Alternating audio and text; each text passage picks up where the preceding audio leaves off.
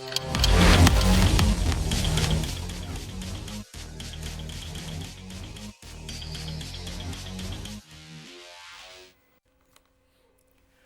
நேயர்களே, சிந்தனை களம் நிகழ்ச்சிக்கு உங்களை வரவேற்கிறேன்.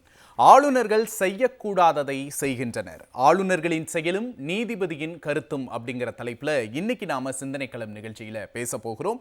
சில ஆளுநர்கள் தேவையற்ற இடத்தில் செயல்படுகிறார்கள், தேவையான இடத்தில் செயல்படாமல் இருக்கிறார்கள் அப்படிங்கிற ஒரு கடுமையான விமர்சனம் இன்னைக்கு எழுந்திருக்கு. இதை சொன்னவர் ஏதோ ஒரு சாதாரண ஒரு பொதுமக்களில் ஒரு நபரோ ஒரு அரசியல் கட்சியின் தலைவரோ கிடையாது. உச்சநீதிமன்றத்தின் நீதிபதி PV நாகரத்னா அவர்கள் இந்த கடுமையான கருத்தை முன்வைத்திருக்கிறார்கள். எனவே இந்த பொருள் இன்னைக்கு விவாதத்துக்கு உட்பட்டிருக்கிறது. நாடு முழுக்க பரபரப்பான செய்திகளாக வெளியாகி இருக்கிறது. இது தொடர்பாகத்தான் இன்றைய நமது சிந்தனைக்களம் நிகழ்ச்சியிலும் நாம் பேச போகிறோம். இது தொடர்பாக நம்முடைய பேச திமுகவிலிருந்து டாக்டர் சஃபி சுலைமான் அவர்களும், மனிதநேய மக்கள் கட்சியிலிருந்து புதுமடம் ஹலீம் அவர்களும், மதுர் சத்யா அரசியல் விமர்சகர் மூவரும் நம்முடைய இணைந்திருக்கிறார்கள். மூவரையும் வரவேற்று நிகழ்ச்சிக்குள் செல்லலாம். மூவருக்கும் வணக்கம்.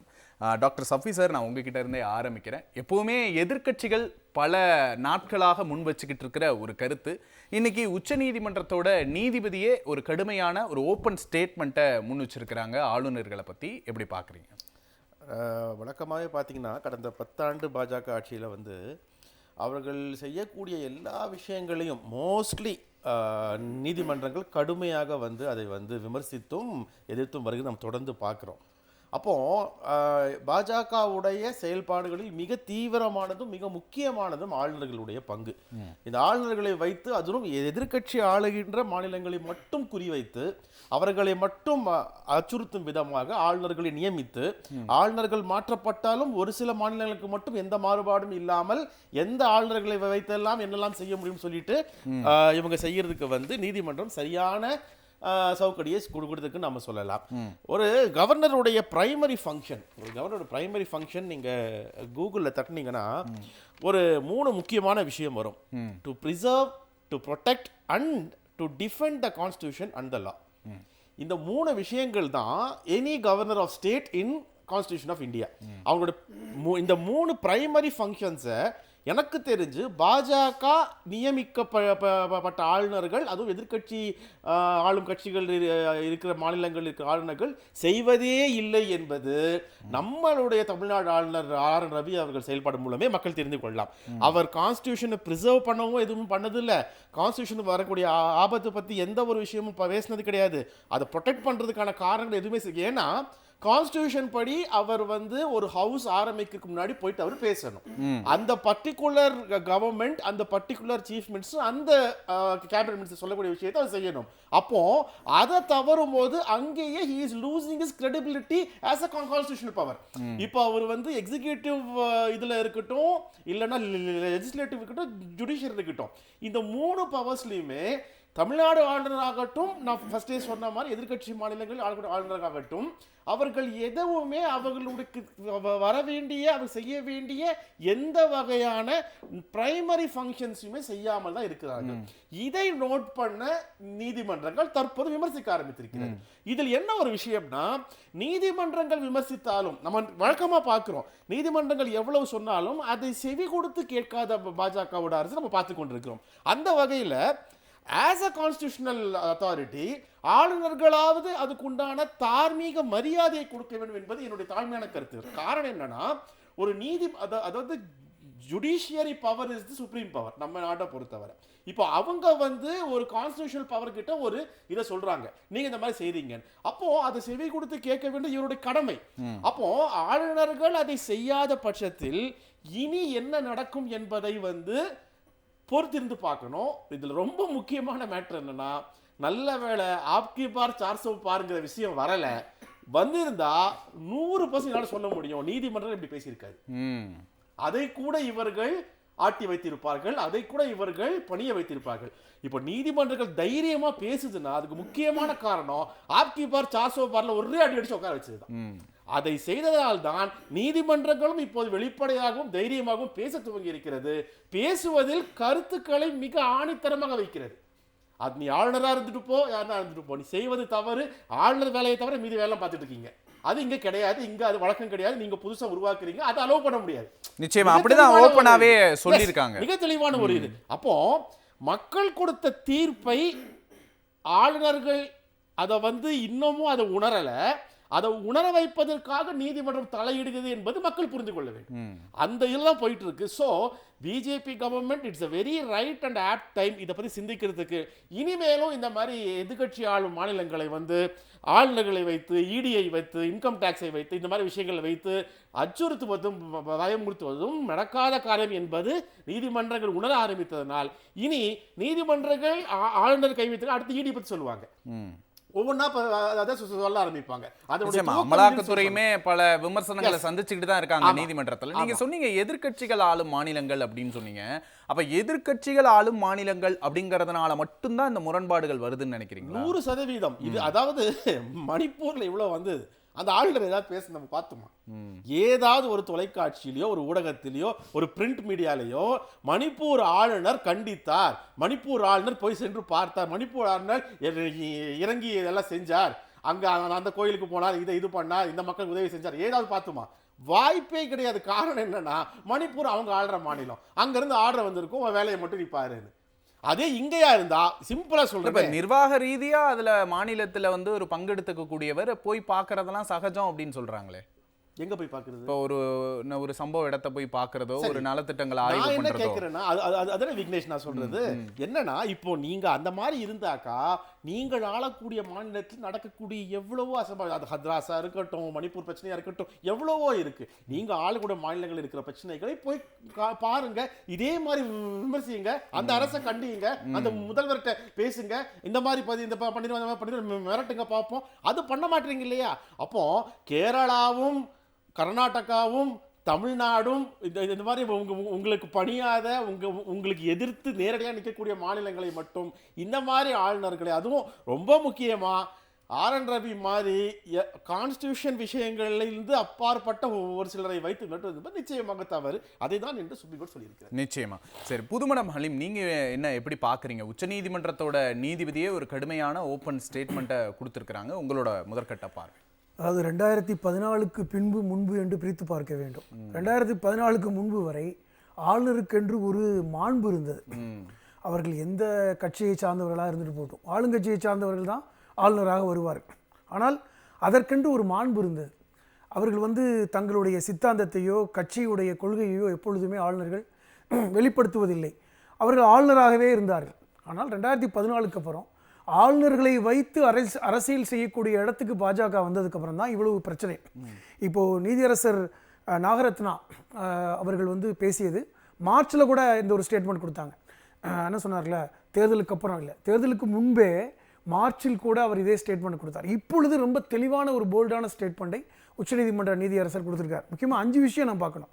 ஒன்று, அதாவது ஆளுநர்கள் ஆற்ற வேண்டிய கடமையை செய்யாமல் செயலற்று இருக்கிறார்கள், இது பொதுவாக சொன்னது. இரண்டாவது, தாங்கள் செய்யக்கூடாத செயல்களை செய்கிறார்கள். ஆளுநருக்கென்று மரபுகள் இருக்கின்றன, ஆளுநருக்கென்று டியூட்டி ஆஃப் இது இருக்கு, அது எதுவுமே செய்யாமல் ஒரு முரண் இருக்கு ஸ்டேட்மெண்ட்ல. செயலற்று இருக்கிறார்கள்னு சொல்றது மேபி ஆளுங்கட்சி ஆளக்கூடிய மாநிலங்களை சொல்றாருன்னு நினைக்கிறேன். செய்யக்கூடாதவங்க செய்யறாங்க. இந்தியாவில் இருக்கின்ற ஆளுநர்கள் செயலற்று இருக்கிறார்கள், அதுல பெரிய மெசேஜ் இருக்கு. இரண்டாவது, தாங்கள் செய்யக்கூடாத செயல்களை செய்கிறார்கள், இது முக்கியம். மூன்றாவது, ஆளுநர்கள் மீது தொடர்ச்சியாக வழக்குகள் இருக்கின்றன, இது மிகவும் கவலைக்குரியதுங்கிற ஒரு வார்த்தை. நான்காவது, ஆளுநரை கட்சி அரசியலுக்கு அப்பாற்பட்டு வைக்க வேண்டும், அவங்கள அரசியல் படுத்துறீங்க. ஐந்தாவது, கட்சி விவகாரங்களுக்கு ஆளுநரை பயன்படுத்துவதை ஆளுங்கட்சி தவிர்க்க வேண்டும். இப்படி ஆளுநர் என்பவர்கள் இப்பொழுது அரசியல்வாதிகளாக இருக்கிறார்கள் என்கிற கருத்தை தான் சொல்லியிருக்காரு. குறிப்பாக சகோதரர் சொன்ன மாதிரி தான் பாஜக ஆளாத மாநிலங்களில் இன்னைக்கு ஆளுநரை வைத்து அரசியல் செய்வது, இதுதான் முக்கியமானது. அப்போ அரசமைப்பு சட்டம் ஆளுநருக்கென்று ஒரு இது கொடுக்குது. சொல்லப்போனால் ஒரு மாநிலத்தினுடைய ஹெட் ஆஃப் த கான்ஸ்டிடியூஷன் ஆளுநர் தான்.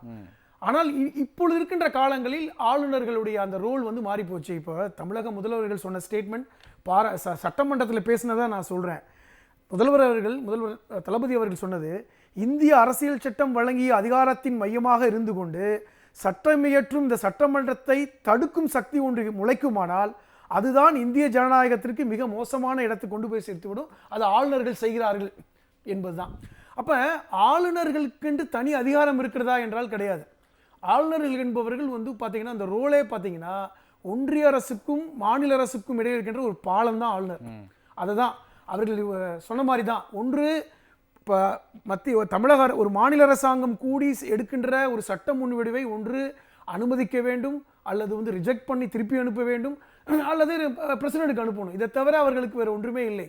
இன்னும் சொல்லப்போனால் அவர்கள் ஒன்று திருப்பி அனுப்பப்பட்ட ஒரு விஷய முன்வடிவை மீண்டும் ஆளுநருக்கு அனுப்பினால், ஒரு புள்ளி கமா மாறாமல் அனுப்பினால் கூட ஏற்றுக்கொள்ளக்கூடியவர்கள் தான் ஆளுநர். அப்போ என்ன தெரியுது, ஆளுநருக்கென்று ஒரு தனியாக சுயமாக சிந்திக்கக்கூடிய எந்த விஷயமுமே இல்லை. அதான் இப்போ ஆளுநருக்கு இப்படி இது மாதிரி ஒரு நெருக்கடி பின்னாடி வரும்னு சொல்லிட்டு தான். ஆனா ஆளுநர்கள் ஒன்றும் பொம்மைகள் இல்லை, இது வந்து ரப்பர் ஸ்டாம்ப் பதவி கிடையாதுன்னு தமிழ்நாட்டில இருந்து ஆளுநரான ஒருத்தர் வந்து சொல்லியிருக்கிறாங்க. அந்த ஸ்டேட்மெண்ட் தெரிந்து கொள்ளுங்கள். நீதியரசர் மதன் மோகன் பூஞ்சி அவர்கள் தலைமையில் 2007 வந்து மன்மோகன் சிங் அவர்கள் பிரதமராக இருந்தபோது ஒரு கமிஷன் போட்டாங்க. மாநில அரசுக்கும் மத்திய அரசுக்கும் இடையில் இருக்கின்ற அந்த ரிலேஷன்ஷிப்பை பற்றி ஒரு ஆணையம் போட்டு விசாரிச்சாங்க. அதில் 3 வருஷம் அந்த நீதியரசர் பூஞ்சியுடைய அந்த கமிஷன் வேலை செய்து 2010 ஒரு அறிக்கையை மன்மோகன் சிங் அவர்களிடம் கொடுத்தாங்க. அதில் முக்கியமாக இந்த ஆளுநர் விஷயத்தில் கொடுத்த இது முக்கியமானது என்னன்னா, குறைந்தபட்சம் ஒரு ஆளுநராக வரக்கூடியவர் 2 வருடம் தீவிர அரசியலில் இருக்க வேண்டும். அவர் வந்து அந்த மாநிலத்தில் ஒரு அரசியலுக்கு போய் வேலை செஞ்சு ஒரு பதவியில் இருந்து அரசியலுடைய அந்த கான்ஸ்டியூஷனுக்கு உட்பட்டு வேலை செஞ்சுருக்கணும். ஒன்று. இரண்டாவது, மாநில முதல்வரை கலந்து ஆலோசிக்காமல் ஒரு ஆளுநரையே நியமிக்கக்கூடாது. 2. மூன்றாவது, அதற்கென்று ஒரு கொலிஜியம் அமைத்து பிரதமர், சபாநாயகர், உள்துறை அமைச்சர், அந்த மாநில முதல்வர் இவர்களை கொண்டு ஒரு குழு அமைத்து நீங்கள் ஆளுநரை தேர்ந்தெடுக்கணும். இன்ன வரைக்கும் அந்த கமிஷன் கொடுத்த அறிக்கையை மூடி தான் வச்சிருக்காங்க, சும்மா போட்டு வச்சிருக்காங்க. நான் என்ன சொல்ல வரேன்னா, ஆளுநர்களுக்கான அந்த அதிகாரம் நீங்க கேட்டீங்கல்ல, ஆளுநர்கள்லாம் வந்து பொம்மை மாதிரி இருக்கணுமா, அவர்களுக்கு அப்படித்தாங்க அரசமைப்பு சட்டம் சொல்லுது. அரசமைப்பு சட்டம் ரொம்ப தெளிவா சொல்லுது. அவர்களுக்கு இங்க சட்டமன்றத்தில் ஒரு மாநில அரசு கொடுக்கின்ற அறிக்கையை வாசிக்கும் பொழுது நீங்கள் எதையுமே ஹைட் பண்ண முடியாது. அந்த மாநில அரசுடைய அறிக்கையை நீங்க படிச்சு தான் ஆகணும். நீங்க வேணா வந்து வேறொரு சித்தாந்தத்துக்கு பின்புலத்திலிருந்து வந்திருக்கலாம், நீங்க எதையுமே மறைக்க முடியாது. ஆனால் இந்த ஆளுநர் என்ன செய்யறாரு, படிக்காத விட்டுறாரு. சில விஷயங்களை வந்து படிக்கல, அந்த சபை நடந்து கொண்டிருக்கும் போதே வந்து வெளிநடப்பு செய்கிறார். யார் கொடுத்த அதிகாரம்? இதுக்கு இந்த அதிகாரமே கிடையாது. இன்னும் பட்டவர்த்தனமாக சொல்ல வேண்டும் என்றால், ஆளுநர் என்பவர் ஒரு போஸ்ட்மேன் தாங்க. அண்ணாவே சொன்னார்ல, நாட்டுக்கு ஆளுநரும் ஆட்டுக்கு தாடி ஏன் சொன்னாங்க, ஒரு போஸ்ட்மேன் வேலை. ஆளுநர் என்பவர் மக்களால் தேர்ந்தெடுக்கப்பட்ட ஒரு நபர் அல்ல. குறைந்தபட்சம் நீங்க சொல்றீங்க ஜனாதிபதி எல்லாம் அவர் இப்படித்தானே, ஜனாதிபதியாவது மக்களால் தேர்ந்தெடுக்க இன்டைரக்டா தேர்ந்தெடுக்கிறாங்க. எம்எல்ஏ எம்பி சேர்ந்து தேர்ந்தெடுக்கிறாங்க. ஆளுநரை யாருங்க தேர்ந்தெடுக்கிறது? அவர் ஒரு அதிகாரிங்க, ஒரு ஒரு ஒரு ஒன்றிய அரசால் நியமிக்கப்படக்கூடிய ஒரு அதிகாரி. அப்ப அதிகாரியா இருக்கக்கூடிய ஜனநாயகத்தில் அவருக்கு என்னங்க ரோல் இருக்கு? எந்த ரோலுமே கிடையாது. இன்னும் சொல்ல போனால், நீங்க உங்களுக்கு விஷயத்துக்கு பிடிக்கலைன்னா கூட நீங்கள் உடன்பட்டு தான் ஆகணும். குறைந்தபட்சம் உங்களுடைய எதிர்ப்பை நீங்க என்ன செய்யலாம், அதை வந்து வித்ஹோல்ட் பண்ணலாம், அதை வந்து கொஞ்ச நாள் வச்சுக்கலாம். அதாவது ஆளுநருக்கான தனிநபர் விருப்புகளுக்கு இடமே இல்ல. ஆளுநருக்கு மாண்பு என்பது அவங்க சொல்றாங்கல்ல, ஒரு சட்ட முன்வடிவு வந்துச்சுன்னா அவர்களுக்கான கால அவகாசம் கிடையாதுதான் உண்மை. அது கூட வந்து ஒரு மாண்பின் அடிப்படையில் அந்த ஆளுநருங்கிற அந்த ஒரு பதவிக்கு கொடுக்கின்ற மரியாதை அடிப்படையில் கொடுக்குறது. அதை கூட நீதிமன்றம் சொன்னாங்கல்ல, உங்களுக்கு கொடுக்கப்பட்ட இந்த காலவாசம் கூட நீங்க வந்து அதை அட்வான்டேஜா எடுப்பது என்பது சரியல்ல, இது வந்து தவறு. ஆளுநர்கள் தவறு செய்கிறாங்க. முதலில் இந்த ஒன்றிய அரசுடைய அந்த அட்வொகேட் ஜெனரல்கிட்ட வந்து சொன்னாங்க, இந்த ஆளுநர்களுக்கு முதல்ல ஆளுநர் பதவிக்கான அவர்களுக்கு இந்த ஓரியன்டேஷன் கொடுங்கன்னாங்க. இதோட என்னங்க கேவலம் இருக்கும்? ஒரு ஆளுநருடைய ரோல் என்ன, அவங்களோட ரெஸ்பான்சிபிலிட்டி என்ன தெரியாம நீங்க ஆளுநர் அனுப்பிச்சிட்டீங்களா? அவருக்கு தெரியாத ஆளுநர் பதவி இதை பத்தி? அப்ப நீங்க மாநில அரசுக்கு முரண்பட்டா இருக்கீங்க. ஒரு மாநில அரசு கொடுக்குற சம்பளம் 3.5 லட்சம் ரூபாய் கொடுக்குதுங்க. தமிழ்நாடு அரசாங்கம் தமிழ்நாடு வரிப்பணத்திலிருந்து 3.5 லட்சம் ரூபாய் சம்பளம் கொடுத்து 160 ஏக்கர் மாளிகையில் இருந்து கொண்டு மக்களுடைய மக்களால் தேர்ந்தெடுக்கப்பட்ட ஒரு அரசுக்கு விரோதமாக நீங்க செயல்படுறீங்கன்னா இது எப்படிங்க ஏற்றுக்கொள்ள முடியும்? இன்னைக்கு நீதியரசர்கள் கொந்தளிக்கிறாங்க. அதான் முக்கியம். நீதியரசர்கள் கொந்தளிக்கிறாங்க. ஆளுநர் ரோல் இது இல்லங்க. ஏன்னா அந்த அளவுக்கு வழக்குகள் போய் உங்களுக்கு தலைவலி. அதான் சொல்றாங்க, ஆளுநரை பற்றிய வழக்குகள் வருகிறது. இது வந்து ஜனநாயகத்துக்கு விரோதமானது. அவர் எந்த ஒரு வழக்குக்கும் ஆளுநர் ஒரு புள்ளியாக இருக்கிறார். இது ஏற்றுக்கொள்ள முடியாது. இனி நாங்கள் சும்மா இருக்க மாட்டோம் என்று தலைமை நீதிபதி சொல்லலையா? நீங்க இதுக்கு ஒரு முடிவெடுங்கன்னு உடனே படபடன்னு டக்கு டக்குன்னு எல்லாத்தையும் இதை பூரா நீங்க அப்ப சைன் பண்ணீங்கல்ல, ஏன் பண்ணீங்க? அப்ப அரசமைப்பு சட்டம் தெளிவாக சொல்லி இருக்கிறது, இது ஆளுநருக்கான ரோல் இதுதான். அது ஒரு மரியாதையான பதவி தான். அதுக்கு எந்த விதமான ஜனநாயக டெமோக்ராட்டிக் இது பவரும் கிடையாது, அத்தாரிட்டியும் கிடையாது. நீங்க முதல்வரை நியமிக்கிறதுக்கு நீங்க நிக்கிறீங்க, அமைச்சரை நியமிக்கிறீங்க, இது எல்லாமே முதலமைச்சருடைய ஆலோசனை பேர்ல செய்ய முடியும். நீங்களா ஒரு தனியா ஒரு அமைச்சரை நியமிச்சிருவீங்களா? நான் கேட்கிறேன். ஒரு ஆளுநர் நினைத்தால் ஒரு அமைச்சரை நியமிச்சிட முடியுமா? முடியாது.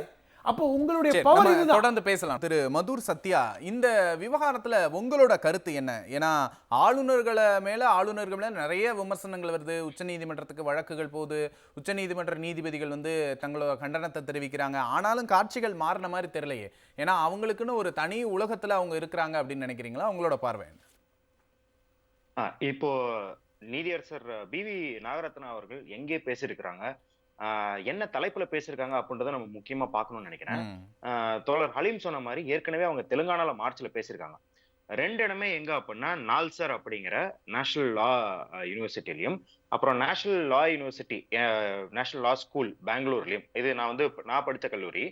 இந்த 2 இடத்துலையும் எதிர்கால வழக்கறிஞர்கள், சட்ட நிபுணர்கள், நீதியரசர்கள் பிறக்க போகும் இடத்துல இருந்து அவங்க இதை பேசுறாங்க. 2 இடத்துலயுமே அவங்க பல இடத்துல ஸ்பீச் கொடுத்தாலும் மாணவர்களை பார்க்கும் போதெல்லாம் தவறாம கவர்னர்களை பத்தி ஒரு எச்சரிக்கையை போடுறாங்க. அதுவும் இன்னைக்கு குறிப்பா எந்த தலைப்புல பெற்றிருக்காங்கன்னா, இந்தியன் விமன் இன் கான்ஸ்டிடியூஷனலிசம் அப்படின்ற மாதிரியான தலைப்புல, அதாவது பெண்களும் அரசியலமைப்பு ஜனநாயகம் அப்படின்ற தலைப்புல இந்த கருத்தை முன் வச்சிருக்கிறாங்க. ஏன் அப்படின்னு பாத்தீங்கன்னா, குறிப்பாக ஆர் என் ரவி போன்ற நபர்கள், ஆளுநர்கள் பெண்களுக்கு எதிரான கருத்துக்களையும் இங்க பரப்பிக்கிட்டு வராங்க அப்படின்றதையும் நம்ம சொல்லணும், அரசியல் தாண்டி. நீங்க குறிப்பா பாத்தீங்கன்னா தமிழ்நாட்டுல சிதம்பரம் தீட்சிதர் அந்த வழக்கு போய்கிட்டு இருந்தது. அப்போ குழந்தை திருமண வழக்கு. அது ஒரு பெரிய சமூக இழிவு, கொடுமை. அப்போ ஆளுநர் ஒரு மேடையில பேசும்போது சொல்றாரு, குழந்தை திருமணம்லாம் அந்த காலத்துல சாதாரணம், நானே குழந்தை திருமணம் பண்ணேன் அப்படின்ற மாதிரியான கருத்துக்களை சொல்றாரு. அதுக்கப்புறம் பாத்தீங்கன்னா இங்க ஒரு மாணவி அனிதா அப்படிங்கிற ஒரு மாணவி தன் உயிரை மாய்த்து கொண்டுதான் இங்க நீட்டுக்கான எதிர்ப்பே மக்களிடம் பெருசாக கொந்தளிப்பு ஏற்பட்டது. அப்படி ஒரு மாணவிக்கு நடந்த அநீதியை போக்கும் விதமாக நீட்டுக்கு எதிராக நம்ம தீர்மானம் போட்டா அந்த தீர்மானத்தை அங்கீகரிக்காத விதம் அந்த ஃபைல் மேல உட்கார்ந்தே இருந்தாரு ஆளுநர் பல வருடங்கள், நம்மளுக்கு தெரியும். இது பெண்களை அப்படின்றத தாண்டி அவர் இங்க இருக்கிற ஒவ்வொரு சமூக குழுக்களுமே எதிராக தான் செயல்பட்டு இருக்கிறார் அப்படின்னு பார்ப்போம். அதே போல இப்போ நீட் அப்படிங்கறதுல அவங்க ஒரு தலித் மாணவி, அந்த தலித் மாணவி அப்படின்றவங்களுக்கும் அவர் அநீதிதான் இழைத்திருக்கிறாரு. இப்படியெல்லாம் செய்து விட்டு அவர் என்ன பண்றாரு, நம்ம மாநிலத்துல நான் தலித்துகளுக்கான மேம்பாட்டை நான் பெரிதும் விரும்புறேன்னு சொல்லிட்டு அவங்களுக்கு பூணல் அணிவிக்கிறார். இப்படி பூணல் அணிவிக்கிற அவரு என்ன பண்றாரு அப்படின்னா பாத்தீங்கன்னா, குடியரசு தினம் 2023ஆம் ஆண்டு குடியரசு தினத்தப்ப கொடியேத்திட்டு அவர் என்ன சொல்றாரு அப்படின்னா, அம்பேத்கருக்கு எதிரான ஒரு கருத்தை பதிவு செய்யறாரு. அது என்ன பதிவு அப்படின்னு பாத்தீங்கன்னா, இங்கு தலித் மக்களுக்கு ஆதரவாக நம்ம காந்தியை எவ்வளவு பெரிய தலைவர்னு மதிக்கிறோம், ஆனாலும் அவர் மீது இருக்கும் பெரிய அதிருப்தி என்ன அப்படின்னா சைமன் கமிஷன் எதிர்த்தாரு, பூனா பேக்ல அம்பேத்கரோட முரண்பட்டாரு. அதை சாக்காக வைத்துக்கொண்டு ஆளுநர் என்ன சொல்றாரு அப்படின்னா, அம்பேத்கர் பிரிட்டிஷ் அரசின் வலையில் விழப்பாத்தார். எது? சைமன் கமிஷன்ல இங்க இருக்கிற பட்டியல் சமூக மக்களுக்கான உரிமையை கொடுத்தது பிரிட்டிஷ் அரசின் சதி அப்படின்னு பேசினவர் இவர். அப்ப பாருங்க, கான்ஸ்டிடியூஷன் அப்படிங்கறத தாண்டி இங்க இருக்கிற எல்லா ஒடுக்குதலை சந்திப்பவர்களுக்குமே இவர் எதிராகத்தான் செயல்பட்டு கொண்டிருக்கிறார். ஏன் இவருக்கு அம்பேத்கர் மேல அவ்வளவு வெறுப்பு இருந்திருக்கலாம் அப்படின்னா, அம்பேத்கர் கான்ஸ்டிடியூண்ட் அசம்பிளிலே சொல்லியிருக்கிறாரு. அது 2018 ராபியா கேஸ், ஆளுநருக்கு எதிரான கேஸ்ல என்ன சொல்லியிருக்காங்க அப்படின்னா, the governor does not have any functions, he has duties. அவருக்கு என்று எந்த செயல்பாடுகளும் கிடையாது, ஃபங்க்ஷன்ஸ் கிடையாது, கடமைகள் மட்டுமே இருக்கிறது. அந்த கடமைகளை தான் சுலைமான் தோழர் முன்னாடி 3 கடமைகள் என்ன அப்படின்னு சொன்னாரு.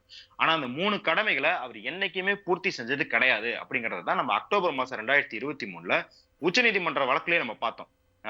ஜஸ்டிஸ் சந்திரசூட் அவர்கள் 3 வருஷம்லாம் நீங்க உட்கார்றதுக்கு உங்களுக்கு உரிமையே கிடையாது, சைன் போடுங்க அப்படின்னு சொன்னோன்னே ஓவர் நைட்ல பல டசன் கோப்புகள்ல அவர் கையெழுத்திட்டு ஏங்க இப்ப 3 வருஷம் உட்காந்துருந்தீங்க அப்படின்னு கேட்டதுக்கு, 3 வருஷம் நான் ஆய்வு பண்ணிக்கிட்டு இருந்தேன் அப்படின்னு சொன்னாரு. அதுக்கு நறுக்குன்னு கேட்டாரு சந்திரசூட் அவர்கள், 3 வருஷம் ஆய்வு பண்ண உங்களுக்கு தேவைப்பட்டுச்சு அப்படின்னா நாங்க சொன்ன போது எப்படி ஓவர் நைட்லயே நீங்க சைன் பண்ணீங்க அப்படின்ற கேள்வியை கேட்டாரு. சரி, 3 வருஷம் என்ன ஆய்வு பண்ணீங்க அப்படின்றத கொண்டாந்து சமர்ப்பிங்க அப்படின்னு சொல்லும் போது, ஹோம்ஒர்க் பண்ணிட்டு வராம வந்து நோட்டை வீட்லயே வச்சுட்டு வந்தேன் அப்படின்னு சொல்ற மாணவர் மாதிரி திருன்னு முழிச்சாரு ஆளுநர் உச்சநீதிமன்றத்துல அப்படிங்கறதையும் நம்ம ஆனா பார்க்கலாம். இந்த அதுக்கப்புறமும் கூட முடிவெடுக்கிற சொன்னார். விஷயத்துல ஆளுநருக்குன்னு எந்த காலக்கெடுவும் இல்ல. அப்படி ஒரு காலக்கெடுன்னு ஒண்ணு அரசியலமைப்பு சட்டத்துல இருந்தா ஆளுநர்கள் வந்து சீக்கிரமா முடிவெடுப்பாங்க அப்படின்னு சொல்றாங்களே. எந்த காலக்கெடுவும் இல்ல, அந்த சுதந்திரத்தை வந்து ஆளுநர்களுக்கு கொடுத்திருக்கிறாங்க அப்படின்னு சொல்றாங்களே. யாரும் இல்ல, தமிழிசை சவுந்தரராஜன் தான் இந்த கருத்தை சொல்லியிருக்காங்க. இல்ல, அவங்க வந்து அவங்க ஆளுநர் பதவியை எந்த அளவுக்கு புரிஞ்சுக்கிட்டாங்க அப்படின்றதுக்கு அவங்க தெலுங்கானால ஒரு மீட்டிங் அட்டன் பண்ணிட்டு, எப்ப ஆளுநரா இருக்கும்போது ஒரு பாஜக மீட்டிங் அட்டன் பண்றாங்க. அட்டன் பண்ணிட்டு அவங்க வெளியே வரும்போது பத்திரிகையாளர்கள் கேட்கறாங்க, என்னங்க ஆளுநரா இருந்துட்டு இந்த மீட்டிங்லாம் அட்டன் பண்றீங்க அப்படின்னு கேட்கும்போது அவங்க ரொம்ப தாழ்மையாக என்ன சொல்றாங்க அப்படின்னா, நான் இந்த சந்திப்புக்கு ஆளுநராக வரவில்லை, ஒரு கடைநிலை பாஜக தொண்டராக வந்திருக்கிறேன் அப்படின்னு சொன்னாங்க. அந்த அளவுக்கு தான் அவங்களுக்கு ஆளுநர் பதவியை பற்றிய புரிதல் இருக்கு. ஏன்னா வந்து ஆளுநரா இருக்கும்போது நீங்க அப்படி எல்லாம் போக முடியாது. சரி, அவங்க கருத்தை விட்டுருவோம். அரசியலமைப்பு சாசனத்துல ஆளுநர் எந்த கால அளவுல கொடுக்கணும் அப்படிங்கறது வந்து சொல்லல, கரெக்ட் தான். ஆனா சம்ஷேர் சிங் வழக்கு, பொம்மாய் வழக்கு, இது மாதிரி 1974 சம்ஷேர் சிங் வழக்குல வந்து ஆளுநருக்கான எந்த அதிகாரமும் கிடையாது. இந்த கேபினெட் அனுப்புறதை தான் ஆளுநர் செய்யணும். அதுல வந்து 3 ஆப்ஷன் தான் கொடுத்துருக்காங்க. ஒண்ணு, அவர் திருப்பி அனுப்பணும். இல்ல அவர் வந்து சைன் பண்ணணும். இல்ல அது வந்து ஒத்திவாசி பட்டியல்ல இருக்கிற விஷயங்களுக்கு, அதாவது கன்கரண்ட் லிஸ்ட்ல இருக்கிற விஷயங்களுக்குன்னா அது பிரசிடென்ட்க்கு அனுப்பும். இது 3 மட்டும் தான் இருக்கும் இல்லையா? அவர் காலவரையற்று உட்கார்ந்துக்கலாம் அப்படின்னு அரசியலமைப்புல இல்ல. சரி, அதுக்கு கூட உரிமை இருக்குன்னு வச்சுப்போம். ஆனா அதையும் தாண்டி ஆர்.என். ரவி என்ன பண்ணாரு அப்படின்னா, உச்சநீதிமன்றத்துல இந்த பில் சம்பந்தமாக, இந்த பில் வந்து மே மாசம் அனுப்பப்பட்ட பில்லு ஜூன் மாசம் இவர் வந்து ட்விட்டர்லயே அக்னாலேஜ் பண்ணிட்டு நீதிமன்றத்துல போய் என்ன சொன்னாரு, அப்படி ஒரு பில் என் கைக்கே வரல அப்படின்னு பொய் சொன்னாரு. பொய் சொல்றதுக்கு வந்து இவருக்கு இந்திய அரசியலமைப்பு சட்டத்துல இடம் இருக்கான்னு கேட்டா கண்டிப்பா கிடையாது. அவர் வந்து இந்திய அரசியலமைப்பு சட்டத்தை எந்த அளவுக்கு அவர் வந்து மதிக்கிறார் அப்படிங்கிற தொடர்ந்து அவரோட ஸ்பீச்ல பாக்குறோம். அவர் என்ன பண்றாரு, யூபிஎஸ்சி மாணவர்களுக்கு போயிட்டு இந்திய அரசியலமைப்பு சட்டத்தில் இது அவருக்கு புரியாம கிடையாது. ஆர்டிகல் 356 என்ன சொல்லுது, 355 என்ன சொல்லுது, 153 என்ன சொல்லுதுன்னு அவ்வளவு தெளிவாக ஒரு வாத்தியாரை போல பாடம் எடுக்கும் அவரே வெளியே வந்துட்டு அதுக்கு புறம்பாக நடக்கிறாரு.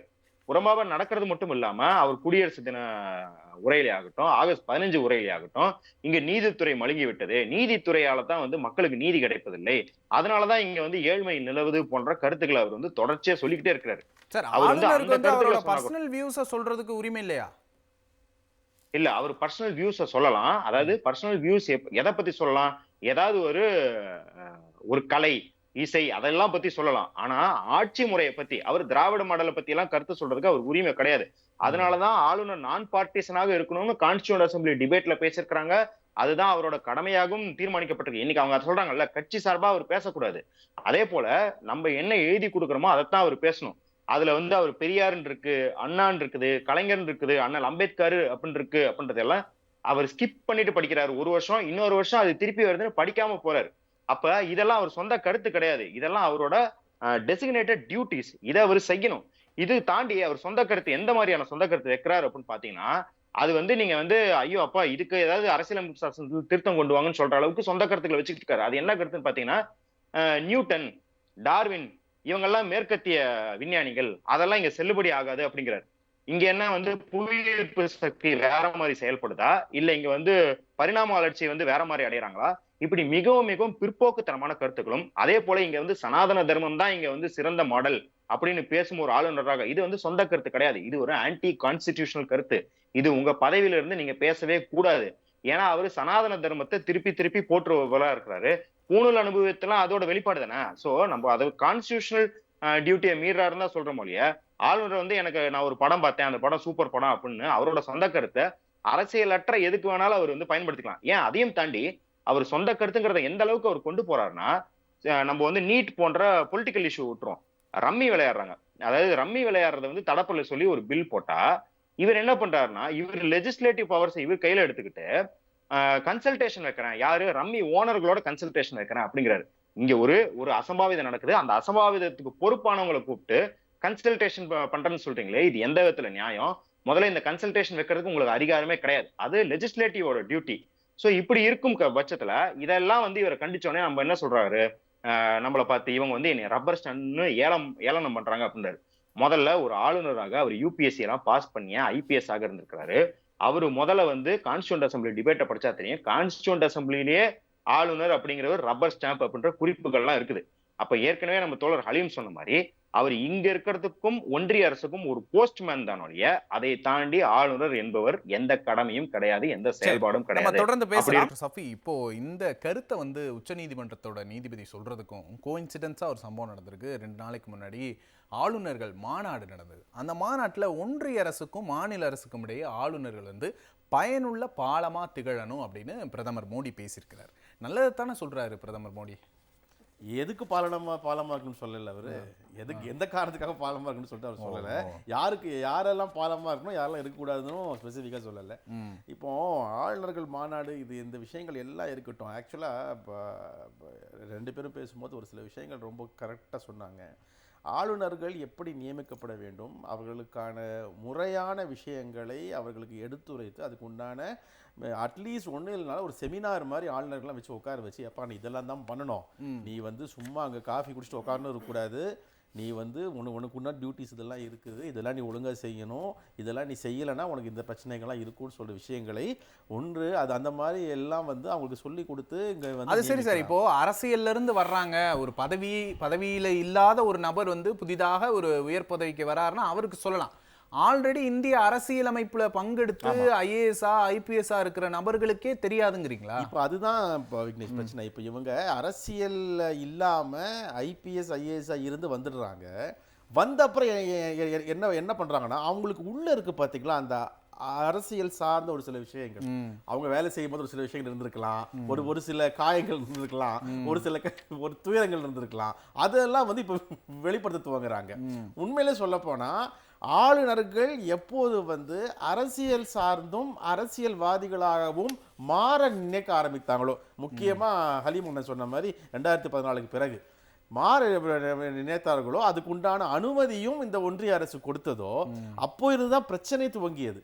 அதாவது ஆளுநர்கள் தங்களுடைய பொறுப்பையும் தங்க டியூட்டிஸையும் விட்டுவிட்டு, அதை ஒரு பக்கம் விட்டுவிட்டு என்னெல்லாம் செய்யக்கூடாது என்பதையும் அறியாமல் எதை வேணாலும் செய்யலாம் சொல்லிட்டு போனதும், அதுவும் நம்ம சத்யா அவர்கள் குறிப்பிட்ட மாதிரி இவங்க தமிழிசை மேடம் அவங்க வந்து ஒரு ஆளுநராக இருந்துட்டு ஒரு பாஜக கூட்டத்துக்கு போயிட்டு நான் பாஜக தான் வந்தேன்னு சொல்றதெல்லாம் எனக்கு தெரிந்து, நான் என்னோட மூத்த மக்கள் டிவி பார்க்குறார்கள், அவங்களுக்கு தெரியும். இந்த மாதிரிப்பட்ட வரலாறு நம்ம பார்த்தது கிடையாது. அப்போ பாஜக ஒரு புதுவிதமாக ஒரு சில விஷயங்களை ஆளுநர்களை கொண்டு வராங்கன்னா அது நம்மளுடைய நாட்டின் இறையாண்மைக்கும் அரசியலமைப்புக்கும் பேராபத்து தானே. அந்த பேராபத்தை உணர வேண்டிய இடத்துல நீதிமன்றங்கள் இருக்குது இல்ல. ஏன்னா எந்த விஷயங்கள் யார் என்ன செய்தாலும் கடைசியாக அதற்கு உண்டான தீர்வை யோசிக்க வேண்டியது நீதிமன்றம். அப்போ இந்த மாதிரி இந்த போக்கை வந்து ஒரு ஆபத்தாகவே கருதுனால்தான் நீதிமன்றம் சொல்றாங்க, தொடர்ச்சியா சொல்லிட்டு இருக்காங்க. அதாவது ஒரு சிங்கிள் ஸ்டேட்மெண்ட் இல்ல பாத்தீங்களா, அவங்க யாரோ ஒரு ஆளை மட்டும் கோட் பண்ணி சொல்லல, ஒரு ஆளை மட்டும் பின் பாயிண்ட் பண்ணி சொல்லல, இட்ஸ் a generalized statement. அப்ப generalized statement வரும்போது ஆன் த ஹோல் இருக்கிற ஸ்டேட்ஸ்ல இருக்கிற முக்காவாசி பேருடைய செயல்பாடு இப்படி இருந்தாதான் ஒரு நீதிபதி இப்படி ஜெனரல் ஸ்டேட்மெண்ட் தர முடியும். இப்போ ஒரு பர்டிகுலர் ஹாஸ்பிட்டலையோ டாக்டரை மட்டும் குற்றம் சொல்றது வேற, டாக்டர்ஸ் எல்லாம் இந்த மாதிரி இருக்காதீங்கன்னு சொல்றது வேற. அப்போ டாக்டர்ஸ் எல்லாம் இந்த மாதிரி இருக்காதீங்கன்னா டாக்டர்ஸ் கிட்ட எல்லாம் ஏதோ பிரச்சனை மாறுது, அதே மாதிரி தான் நம்ம ஒப்பிட முடியும். கவர்னர்ஸ் கிட்ட ஏதோ இது இருக்குது, அவர் செயல்பாடுலாம் மாறுதுன்னா அதுக்கேற்ற மாதிரி தான் அவங்க ஸ்டேட்மெண்ட் கொடுத்துருக்காங்க. அப்போ எந்த நேரத்தில் எது வருதுங்கிறது பார்க்குறோம்.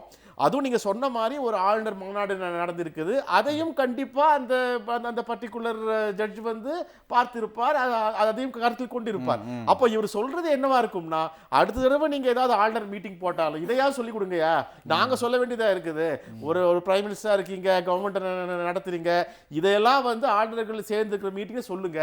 ஏன்னா தமிழ்நாட்டில் மட்டும்தான் ஆளுநர் மீட்டிங் வச்சாலும் ஒரு பொதுமக்களா இருந்து பார்வையாளரா இருக்கிற ஒரு ஆள் எந்திரிச்சு பேச முடியும். எந்திரிச்சு இல்ல நீங்க சொல்றது தவறு, இந்த மாதிரிலாம் கிடையாது எங்க ஸ்டேட்னு சொல்லிட்டு சொல்றதுக்கான அதிகாரமும் உரிமையும் தமிழ்நாட்டில் நம்ம காலங்காலமாக கொடுத்து வச்சிருக்கோம். நம்ம அம்மாசியப்பன் அவர்கள் பேசினார் இல்லையா இதே ஆளுநர் முன்னாடி. அப்போ ஆளுநர்களை எப்படி, அவர்களுடைய செயல்பாடு என்ன, அவர்கள் என்னெல்லாம் செய்து கொண்டிருக்கிறார்கள், என்னெல்லாம் வந்து ஆட்சிக்கும் அதிகாரத்துக்கும் மாறுபாடாகவும் அதுக்கு விரோதமாக செய்யறார்கள் என்பது தமிழ்நாட்டை பொறுத்தவரை சாமானிய மக்கள் அறிந்து இருக்கிறார்கள். இது ஒன்றிய அரசுக்கு புரியாம இருந்தாங்க நாம என்ன செய்ய முடியும்? காரணம் 40க்கு 40 திமுகவுக்கு கிடைத்ததற்கான மிக முக்கியமான நபர்களில் ஆளுநரும் ஒருவர். அதை நான் சொல்ல முடியும். ஆளுநருடைய செயல்பாடும் அந்த வெற்றிக்கான காரணத்தில் மிக முக்கியமான ஒன்று. இப்ப திமுகவை பொறுத்தவரை, தமிழ்நாட்டு மக்களை பொறுத்தவரை யார் எங்க வைக்கணும், யார் என்ன செய்யறாங்கிறது கரெக்டா மக்கள் பார்த்து கொண்டிருக்கிறார்கள். திமுகவிற்கு இந்த மாபெரும் வெற்றியை தேடி தந்த அவர்களுக்கு உண்மையிலே ஒரு நன்றி சொல்ல கடமைப்பட்டிருக்கிறேன். சரி, புதுமடம் ஹலீம், இந்த விஷயத்தில் நீங்கள் சொன்ன மாதிரி நீங்கள் குறிப்பிட்டீங்க தமிழிசை சவுந்தரராஜன் வந்து இந்த மாதிரி சொன்னாங்க அப்படின்னு. ஒரு கட்சியிலேருந்து வரக்கூடிய ஒரு நபர் அந்த கட்சிக்கு லாயலாக தான் இருப்பார். இப்போ தமிழிசை சவுந்தரராஜன் நம்ம பார்த்தோம்னா அவர் ஆளுநர் பதவியை விட்டுட்டு இப்போ வந்து தேர்தலில் மீண்டும் போட்டிட்டார், மீண்டும் அந்த கட்சிக்குள்ளேயே வந்தார். அப்படி இருக்கிறது சரின்னு நினைக்கிறீங்களா? அதாவது ஆளுநருக்கான அந்த கேட்டகரைஸ் பண்ணி அவங்கள பற்றி சொல்லும்போது அரசமைப்பு சட்டம் என்ன சொல்லுதுன்னா, அவங்க எந்த கட்சியிலாம் இருக்கட்டும், எந்த சித்தாந்தம்லாம் இருக்கட்டும், ஆளுநருக்கான ஒரு பதவிக்கு நீங்கள் வந்துட்டீங்கன்னா நீங்கள் உங்களை சுத்தப்படுத்திக்கணும், பொதுவான ஆளாக இருக்கணும். ஒரு ஜனாதிபதி வராங்க அப்படின்னா நம்ம ஒரு முதற் குடிமகனாக சொல்கிறோம். ஆனால் தன்னை வந்து கட்சிக்கார மாதிரி நடந்துக்க கூடாது, அது முக்கியம். இப்போது பிரதமர் மோடி அவர்கள் இந்த ஆளுநர் கூட்டத்தில் சொன்னார், என்ன சொன்னார், ஆளுநர்கள் வந்து ஒன்றிய அரசுக்கும் மாநில அரசுக்கும் பாலமாக இருக்கணும்னு. ஆனால் இவங்கெல்லாம் பாரமாக இருக்காங்க, அதான் முக்கியம். ஏன்னா இதுக்கு முன்பாக பாலமாக தான் இருந்தாங்க. அதே போன்று இப்போ பார்த்தீங்கன்னா நீதியரசர் உச்சநீதிமன்ற நீதிபதி வந்து சந்திரசூட் அவர்கள் சொன்ன ஒரு விஷயம் என்னன்னா, ஆளுநர்களுக்கு அரசமைப்பு சட்டம் ஆர்டிகல் 200 கூட தெரியல, 200 அடிப்படை ஆளுநருக்கான என்ன வேலை அதை முதல்ல தெரிய சொல்றீங்களான்னு கேட்கிறார். அது கூட தெரியல. அந்த ஓரியன்டேஷன் கொடுக்கணுங்கிற அளவுக்கு இன்னைக்கு வந்துருச்சு. முன்னாடி எப்படின்னா அந்த தார்மீக உரிமை எடுப்பாங்க. இதுக்கு முன்பாக இருந்த ஆளுநர்களுடைய நம்ம பார்த்துருப்போம், பேசக்கூட மாட்டாங்க, பொது வெளியில் பெரிய கருத்துக்களை முன்வைக்க மாட்டாங்க. ஆளுநர் என்றாலே ஒரு அந்த மாண்பு இருக்கும், ஒரு ஒரு மதிப்பு இருக்கும். ஆளுநர்கள் வரும்பொழுது நம்ம பலரை பார்த்துருக்கோம். இப்போ சுர்ஜித் சிங் பர்னாலான்னு ஒரு ஆளுநர் தமிழ்நாட்டில் இருந்தார் 90களில். அப்பொழுது முத்தமிழறிஞர் கலைஞருடைய ஆட்சி, அதை கலைக்கணும்னு சொல்லிட்டு அப்போ பிரதமராக இருந்த சந்திரசேகர் வந்து 356 பயன்படுத்தும் போது அது முடியாது அப்படின்னு போல்டாக சொன்னவர் ஆளுநர் பர்னாலா அவர்கள். 6 வருஷம் இருந்தார். அவரை தூக்கி பீகாருக்கு மாற்றினாங்க. இப்படியெல்லாம் ஆளுநர்கள் சட்டத்துக்கு உட்பட்டு நான் எந்த கட்சி இருந்தாலும் பரவாயில்லை, ஆளுநருக்கான அந்த மகத்துவத்தை காப்பேன்னு சொன்னாங்க. ஆனால் இன்னைக்கு எப்படி இருக்கு, நம்ம ஆளுநர், அதாவது ஒரு பொதுவாக ஆளுநர் மேல வந்து ஒரு சிவில் கேஸ் போட முடியாது, ஒரு குற்றவியல் சட்ட வழக்கு போட முடியாது. அதுக்கு அந்த அளவுக்கு ஆளுநருக்கு நம்ம வந்து என்ன செஞ்சிருக்கோம், ஜனாதிபதி கவர்னருக்கெல்லாம் நம்ம ஒரு மரியாதை கொடுக்குறோம். ஆனால் அவர்கள் மேல் ஒரு குற்றச்சாட்டு வந்தால் அப்பெல்லாம் தார்மீக பொறுப்பேற்று பதவியை விட்டு போயிடுவாங்க. இப்போ மேகாலயால சண்முகநாதன் ஒரு ஆளுநர் இருந்தார், தமிழ்நாட்டை சார்ந்தவர். அவர் மேல் ஒரு பாலியல் குற்றச்சாட்டு வந்துச்சு, பதவியிலிருந்து நான் ராஜினாமா பண்ணிட்டார். அப்படியும் இருக்காங்க. ஆனால் இப்போ நம்ம ஆர்.என். ரவி அவர்கள் மேல வந்து இந்த ஆரோவில் அறக்கட்டளையின் தலைவர்னு சொல்லிட்டு உயர்நீதிமன்றத்தில் பெரியார் திராவிட கழகம் வழக்கே போட்டாங்க. அந்த வழக்கை இப்போ விசாரிக்க முடியல. காரணம், ஆளுநராக இருப்பவர்கள் மேல நாங்கள் சிவில் வழக்கோ குற்றவியல் வழக்கோ அது போட முடியாது, அவருடைய பதவி முடிஞ்சதுக்கு அப்புறம் தான் அந்த வழக்கு கொண்டு போகணும்னு சொல்லிட்டாங்க. குறைந்தபட்சம் அந்த அளவுக்கு மாண்பை வந்து சமுதாயம் கொடுத்திருக்கு, அதை சரியா பயன்படுத்திக்கணும். அதாவது ஒரு ஆளுநருக்கு அரசமைப்பு சட்டமாக இருக்கட்டும், இந்த சமூகம் வந்து ஒரு மாண்பை கொடுத்திருக்கிறது. இன்னைக்கு மாண்பை தொலைத்து விட்டு ஒரு சராசரி மனிதராக ஆளுநர்கள் மாறிவிட்டார்கள் என்றால், கிட்டத்தட்ட அரசியல்வாதிகளை போன்று மாறிவிட்டார்கள் என்றால், அவர்கள் என்ன செய்யணும், ஆளுநர் பதவி விட்டு போய் அரசியல் வேலை செஞ்சுக்கலாம். அதை பல சொல்லியாச்சு. முதல்வர்களே சொன்ன ஸ்டேட்மெண்ட், ஆளுநர் பதவியை விட்டு அரசியல் தேர்தலில் போட்டிடலாம் அப்படின்னு சொல்லிட்டு. எதற்கு இந்த மகத்துவத்தை கொடுத்துருக்கோம், மாண்பை கொடுத்துருக்கோம். அப்ப ஒரு அந்த விஷயத்துல நீங்கள் வந்து ஒரு மாண்போடு நடந்து கொள்ள வேண்டும் என்று அரசமைப்பு சட்டம் விரும்புது. அரசமைப்பு சட்டம் 361 மிக தெளிவா சொல்லுது, உங்களுக்கு இவர்களுக்கான ஒரு மரியாதையை, மாண்பை, மகத்துவத்தை அரசமைப்பு சட்டம் 361 பேசுது. இது எல்லாம் எதுக்கு கொடுத்துருக்கோம்? நீங்க சொன்னாங்கல்ல, இப்போ ஒரு முடிவு எடுப்பது, நீங்க தமிழிசை சொன்னாங்கல்ல, முடிவு எடுப்பது அவர்களுடைய காலம் இருக்கிறது, அது வந்து ஒரு ஆளுநருக்கான டிஸ்கிரிமினேஷன் பவர் உட்பட்டது, அவர் இன்னைக்கு தான் எடுக்குன்னு சொல்லி கட்டாயம் இல்லை, உண்மை. ஆனால் நீதிமன்றம் என்ன சொல்லிச்சு, ஏங்க உங்களுக்கு வந்து அவகாசம் இருக்கு, அதுக்காக இவ்வளவு காலமா எடுக்க முடியும், நீங்க இப்படி இருந்தீங்கன்னா நாங்க முடிவு எடுக்க வேண்டியன்னு சொன்னாங்கல்ல. இது எல்லாமே வந்து ஒரு தார்மீக அடிப்படையில் அந்த மாண்பை கருதி கொடுப்பது. சரி, இப்போ சத்யா, இப்போ இந்த மாண்பு அப்படிங்கிற ஒரு விஷயம் தான் ஆளுநர்களுக்கு யாருக்கும் கொடுக்கப்படாத ஒரு மகோன்னதமான ஒரு மாண்பை வந்து கொடுத்துருக்குறாங்க. அப்படிங்கிறப்போ ஆளுநர்கள் அந்த மாண்பை வந்து காப்பாற்றிக்கணும் அப்படின்னு சொல்றாங்க. ஆனால் ஆளுநர் இந்த மாண்பு தான் பிரச்சனையாகுது அப்படின்னா ஆளுநர்களோட பதவியை எளிமையாக்கலாமா அப்படிங்கிற ஒரு கேள்வியும் வருது. கண்டிப்பாக இது வந்து ஏற்கனவே தோழர் ஹலீம் சொன்ன மாதிரி பூஞ்ச் கமிஷன் வந்து இதை ரெக்கமெண்ட் பண்ணுச்சு. ஆளுநருக்கு இருக்கிற ப்ளஷர் டாக்டரின்ல வந்து கன்ஸ்டன்ஸ் ஏற்படுத்தணும். அதுல வந்து அந்த டிஸ்கிரிஷனரி பவர் அப்படின்னு இப்ப தமிழிசை சவுந்தரராஜன் சொல்றாங்க இல்லையா? அவங்களுக்குன்னு கொடுக்கப்பட்ட பவர அவங்க எப்படி வேணாலும் யூஸ் பண்றாங்க. இதை ஒழுங்கா டிஃபைன் பண்ணும் அப்படிங்கறது வந்து பூஞ்ச் கமிஷனும் சொல்லுச்சு. நீங்க எழுவர் விடுதலை அப்பயே வந்து அந்த தீர்ப்பிலே பாத்தீங்கன்னா இருக்கும். அந்த ப்ளஷர் டாக்டரின் அப்படிங்கறத வந்து ஆளுநர் வந்து தான் வரம்புக்கு மீறி வந்து பயன்படுத்தியிருக்காரு. செந்தில் பாலாஜி வழக்காகட்டும், இல்ல பொன்முடி அவர்கள் வழக்காகட்டும், எல்லாத்துலயுமே வந்து ஆளுநருக்கு எதிரா அதான் தீர்ப்பு வந்திருக்குது. இப்ப இந்த மாண்பு அப்படிங்கிறது வந்து இப்ப பாஜக ஆட்சிக்கு வந்ததுக்கு அப்புறம் தான் இது வந்து ரொம்ப மோசமாக போகுது அப்படிங்கிறதுக்கு ஒரு சின்ன உதாரணம் என்ன அப்படின்னு பாத்தீங்கன்னா, எஸ்.எம். கிருஷ்ணா இருந்தாரு கர்நாடகால. நான் இங்க இருக்கிற வந்து மாநில அரசு வந்து மத்தியில காங்கிரஸ் கூட வந்து கூட்டணியில இருந்தாலும், எஸ்.எம். கிருஷ்ணாவோட காவேரி விஷயமாகட்டும், அதற்கு முன்னாடி வந்து அங்க வந்து தேடுதல் வேட்டையாகட்டும், பல விஷயத்துல முரண்பட்டோம். கரெக்ட்டுங்களா? தமிழ்நாட்டுல இருந்து. அப்படி ஒரு முரண்பட்டவரு அப்புறம் வந்து அவரு பதவியில இருந்து போனதுக்கு அப்புறம் ஆளுநர் பதவி தான் குடுத்தாங்க அவங்க. அவர் வந்து பிஜேபி ஆளும் மாநிலத்திலாவும் இருந்தாரு. நான் வந்து எனக்கு நினைவு சரியா இருந்தா அவரு வசுந்தரா ராஜே வந்து இதுல இருந்தபோது அவரு ஆளுநரா இருந்தாருன்னு நினைக்கிறேன். அப்பெல்லாம் பிரச்சனை வந்ததா? அவர் காங்கிரஸ் இருந்துட்டு தான் போனாரு. இவர் எப்படி ஆர்எஸ்எஸ்ல இருந்து வர்றாரோ, அவர் காங்கிரஸ்ல தான் போனாரு. அப்பெல்லாம் பிஜேபில இருக்கிற சீஃப் மினிஸ்டருக்கும் அவருக்கு எதுவும் பிரச்சனை வந்த மாதிரிலாம் தெரியலையே.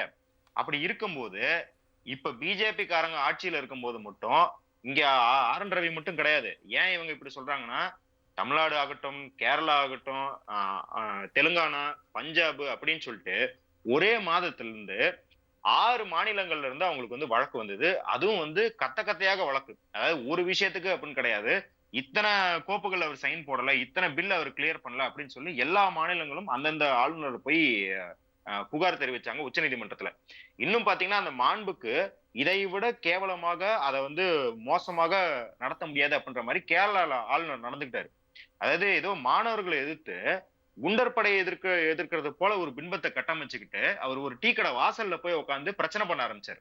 அப்ப இந்த அளவுக்கு அந்த ஆளுநர் அப்படின்ற நீங்க வந்து பதவி, அந்த மாண்பு அப்படிங்கிறதுக்காக தான் உங்களுக்கு அந்த மரியாதை கொடுக்கப்பட்டிருக்குது. அந்த கான்ஸ்டிடியூஷனல் இம்யூனிட்டி கொடுக்கப்பட்டிருக்கு. இப்ப தோழர் சொன்ன மாதிரி அவர் மேல பதிஞ்ச வழக்க கூட ஏன் விசாரிக்க முடியல அப்படின்னா அவருக்கு ஒரு கான்ஸ்டிடியூஷனல் இம்யூனிட்டி இருக்குது. ஏன் அப்படின்னா அவருக்கு அவ்வளவு கூடுதல் பொறுப்பு இருக்குது. அப்ப அவர் இந்த வழக்கையெல்லாம் சந்திக்க கூடாது அப்படிங்கறதுனால தான் அது கொடுக்கப்பட்டிருக்கோம் இல்லையா? ஆனா நீங்களே ஒரு குண்டர் செய்யும் வேலையெல்லாம் போயிட்டு ஆளுநரா செஞ்சுக்கிட்டு இருந்தீங்க அப்படின்னா, அப்ப அந்த மாண்பு அப்படிங்கறது வந்து எந்த அளவுக்கு நம்ம சொல்லித் தர முடியும்? கான்ஸ்டிடியூஷன் அப்படிங்கிறது வந்து கடைசி வந்து உட்காரு, கைய கட்டு, எந்திரி, மைக்ல பேசுன்ற அளவுக்கு எல்லாம் சொல்லித் தர முடியாது. கான்ஸ்டிடியூஷன் ஒரு வரையறை தான் இருக்கும். அதுக்கப்புறம் அந்த மாண்பு என்ன அப்படிங்கறத அவரு யூபிஎஸ்சி படிச்சவரு, அவர் வந்து ஐபிஎஸ் இருந்தவரு, இதுல இருந்தே அவர் கத்துட்டு இருக்கணுமே. இப்ப நம்ம கேக்குறது வந்து இவர் வந்து ஒரு பெரிய புரட்சியாளரா இருப்பாரோ, இல்ல வந்து இந்த நாட்டையே வழி நடத்தும் ஒரு பெரிய தலைவராவோ நடந்துக்கணும் அப்படின்னு கேட்கல. உங்க பதவிக்கான டீசென்சியோட நடந்துக்கோங்க. ஏங்க அவர் வந்து ராமர் சரி. கோயில் திறப்பு விழா நடக்குது. டீசென்சி அப்படிங்கிற போது நீங்க வந்து கடந்த 10 வருடங்கள்ல பாஜக காரங்க தான் நிறைய ஆளுநர்களா நியமிக்கப்பட்டிருக்காங்க. அப்ப பாஜக காரங்க தான் வந்து இந்த மாதிரியான டீசென்சி இல்லாம நடந்துக்கிறாங்க அப்படிங்கிறத சொல்லியிருக்கீங்க. நம்ம தொடர்ந்து பேசலாம். ஆளுநர்கள் செய்யக்கூடாததை செய்கின்றனர், ஆளுநர்களின் செயலும் நீதிபதியின் கருத்தும் அப்படிங்கிற தலைப்புல நம்ம இன்னைக்கு ஆளுநர்களின் சர்ச்சை குறித்து நம்ம பேசிட்டு இருக்கோம். சஃபி சார், ஆளுநர்கள் அப்படிங்கிறத தனியா வைப்போம், பாஜக காரங்க அப்படிங்கிறத தனியா வைப்போம். பாஜக காரங்க தான் இந்த வந்து மரியாதை குறைவாக மாற்றினார்கள் இந்த பதவியை அப்படிங்கிற ஒரு குற்றச்சாட்டுக்குள்ள நம்ம வந்திருக்கோம். அப்படி பார்க்கும்போது தமிழ்நாட்டோட ஆளுநர்லாம் பாஜக காரரே கிடையாது. ஒரு நன்கு படித்த ஒரு ஐபிஎஸ் அதிகாரி அவர் வந்து ஆளுநராக வந்திருக்கிறாரு. அவர் எப்படி குறை சொல்ல முடியும்? அதுதான் விக்னேஷ் ஆச்சரியம். என்னன்னா, நன்றாக படித்த ஆட்களாக இருக்கட்டும், மேன்மையான பதவிகள் பாஜக வந்தாலே இப்படி மாறி டாக்டராகவே இருக்கட்டும், இல்லை பைலட்டாகவே இருக்கட்டும், பாஜகவினுடைய அந்த சேர்க்கை வந்து விட்டால் அவர்கள் கம்ப்ளீட்டாக மாறுவாங்க என்பதற்கு சான்றுகள் அடுக்கி கொண்டே போகலாம். நிறைய இருக்கும், மக்களுக்கும் தெரியும், நான் சொல்ல வேண்டியதே இல்லை. அப்போ இதில் நாம் பிரித்து பார்க்க வேண்டியதே இல்லை. ரீசன் என்னென்னா, இப்போ ஒரு பதவிக்கான அந்த ஒரு தார்மீக பொறுப்பு மறந்து என்ன வேண்டுமானாலும் பேசலாம், என்ன வேண்டுமானாலும் செய்யலாம் என்பதற்கான அந்த உரிமை எடுத்துக்கொள்றாங்க இல்லையா? அது பாஜக நம்ம நிறைய பார்க்க முடியும். ஏன்னா நமக்கு ஒரு பதவி இருக்குன்னா அது மக்களுக்கான ஒரு இது, நமக்கு அதுக்காக கொடுத்துருக்க எந்த வகையான விஷயமும் இருக்காது. From the supreme order till the last இதுவே வச்சுக்கோங்களேன், இதே மாதிரி தான் இருப்பாங்க. ரீசன் அந்த சித்தாந்தத்துக்கு உள்ள அவங்க போகும்போது பதவி விஷயத்தை எல்லாம் அப்பாலே வைத்துவிட்டு என்னெல்லாம் மக்கள் விரோத போக்காகவும் அவர்களை சித்தாந்தத்தில் உள்ளவங்க, அவங்களை எதிர்க்கிறவங்களை எப்படியெல்லாம் காயப்படுத்தலாம், எப்படியெல்லாம் அவர்களுக்கான அவங்களுடைய செயல்பாட்டில் எப்படியெல்லாம் இவங்க வந்து செய்யலாம் என்பதை தான் தொடர்ந்து செய்து கொண்டு வருகிறார்கள். அது ஆளுநரும் விதிவிலக்கல்ல என்பதை தான் நம்ம தொடர்ந்து பார்த்து கொண்டிருக்கிறோம். அதுவும் நான் ஃபர்ஸ்ட்லேருந்து சொன்னது அதுதான். இந்த விஷயத்தை அவர்கள் ஆளும் மாநிலத்திலும் எந்த வகையான பாகுபாடு இல்லாமல் செய்தால் ஒப்புக்கொள்ளலாம். அப்போ ஆளுநருக்கு ஒரு சில விஷயங்களை, விதிமுறைகளை இந்த ஒன்றிய அரசு வைத்திருக்கிறது. ஆனா எதிர்க்கட்சிகள் ஆளும் மாநிலத்தில் மட்டுமே வைப்பது என்பதுதான் சிக்கல். அதுவும் நீங்க சொன்ன மாதிரி படித்த ஆளா இருக்காங்க, மேன்மையான பதவி வைத்த ஆளா இருக்காங்க, அதுக்கப்புறம் ஆளுநராக மாறும்போது அவர்கள் கலர் மாறுது இல்லையா? அவங்க இருந்த விஷயத்தை மாறி, அதுவும் அவங்களுடைய ஆளுநர் என்கும் அந்த தன்மையும் தாண்டி இறங்கி போகிற விஷயம் இருக்கு இல்லையா? அதுதான் இப்போ கண்கூட நம்ம பார்த்து கொண்டிருக்கிறோம். அதான் சொல்றேன். ஹலீம் சார், இப்போ இந்த இடத்துல தான் ஆளுநர்கள் மேல கேள்வி வருது. இவ்வளவு மக்கள் கிட்ட எதிர்ப்பு வருது, நமக்கு கண்கூடா தெரியுது, நீதிமன்றம் கண்டிக்குது. ஆனா கூட நீங்க சொன்ன மாதிரி இந்த கடந்த 10 வருஷத்துல ஆளுநர்கள் வந்து ரொம்ப ஃபெரோஷியஸா யார் சொன்னாலும் நாங்க கேட்க மாட்டோம் அப்படிங்கிற ஒரு நிலையை எடுத்திருக்காங்க. எது அவங்கள தூண்டுது? அதிகாரம் இப்போ வந்து ஆளுநர் பதவியை வந்து ஒரு லாபமான பதவியாக பார்க்கக்கூடிய இடத்துக்கு நகர்ந்து விட்டார்கள். ஒரு காலத்தில் வந்து ஆளுநர் பதவினா ஒரு கௌரவமான, மாண்புமிகு, மரியாதைக்குரிய, அது ஒரு பெரிய ஒரு கௌரவமாக கருதுனாங்க. ஏதாவது ஒரு குற்றச்சாட்டு வைத்தால் அந்த பதவியை தூக்கி எறிந்து விட்டு போய்விடுவார்கள். இது வரலாறு நிறையா இருக்கு. ஆனால் இப்போ அப்படி இல்லையே. இப்போ நம்ம ஆளுநரே பாருங்க, ஜூலை 15 டெல்லியில் முகாமிட்டு இருக்கிறார். எதற்கு முகாமிட்டு இருந்தார்? அவர் பதவியை நீட்டிக்குவதற்காக. அவருக்கு இந்த மாதம் 31ஆம் தேதியோட, அதாவது ஜூலை 31ஓட அவருடைய பதவி முடிந்து விட்டது, 5 வருடம்.